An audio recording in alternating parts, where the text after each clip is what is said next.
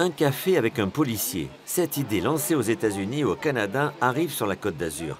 Et c'est la police nationale de Grasse qui, la première, a décidé de l'expérimenter.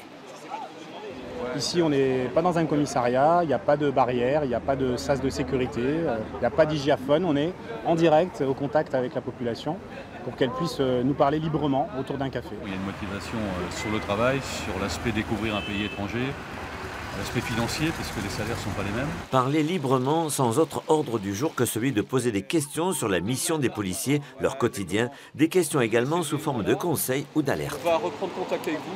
J'ai un problème avec ma fille adolescente qui est complètement à la dérive, voilà. Et donc, c'est très compliqué. Et vous leur avez demandé des conseils? Oui, elle m'a donné un bouquin pour que je puisse le donner à mon fils, pour qu'après il s'oriente vers eux, pour expliquer, parce qu'il veut rentrer là-dedans. Il y a des véhicules qui restent des mois et que ça ne bouge pas. Que vous a dit le policier? Qu'il allait faire le nécessaire. Il a plutôt intérêt. Cette opération de proximité permet assurément aux policiers de faire mieux comprendre leur mission. Une rencontre qui suscite aussi de multiples curiosités. Moi, une dame est venue me voir et m'a demandé comment on pouvait élaborer un roman policier, les différents cadres d'enquête. Voilà, avec des questions très pertinentes, souhaitant se rapprocher le plus possible de la réalité.